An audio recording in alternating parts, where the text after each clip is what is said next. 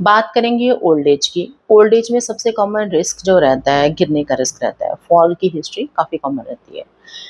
तो इसका रीज़न क्या रहता है? बेसिकली हमारी जो बॉडी का बैलेंस होता है, वो हमारे 3 सेंस ऑर्गन्स पे डिपेंड करता है। हमारी आइज़ पे, हमारे ईयर्स पे और हमारी सेंसेस के ऊपर, जो हमारी नर्व्स हैं। तो अब क्या होता है ओल्ड एज में, जैसे विज़न जो होता है वो इम्पेयर्ड हो जाता है। हियरिंग प्रॉब्लम उसमें आना शुरू हो जाती है मोस्टली ओल्ड एज में।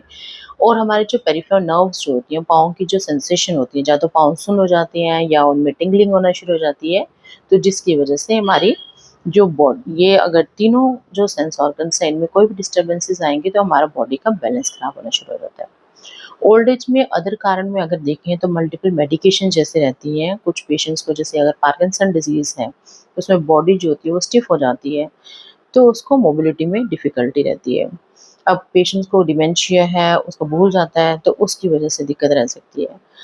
तो या फिर उनको जॉइंट प्रॉब्लम्स की वजह से भी ये चीज़ें हो सकती हैं। कुछ केसेस जैसे फिज़िकल काज़ेज़ में अगर हम बात करें कि अगर पेशेंट घर में, जैसे अगर कोई रग्स है, लूज़ रग्स हैं या कुछ है, उसमें स्लिप होने का रिस्क बढ़ जाता है। मोस्टली बाथरूम फॉल्स हम देखते हैं क्योंकि स्लिपरी एरिया की वजह से। तो अपने हमें जो जीरियाट्रिक पेशेंट्स हैं, जो हमारे 65 और अबव जो घर के बुज़ुर्ग हैं, उनको हमें इन फॉल से बचाना है। उनका अपना रेगुलर चेकअप करवाते रहना है और उनको प्रॉपर सपोर्ट देने हैं with the stick or walking stick or other sport, ताकि उनको हम फॉल से बचा सकें।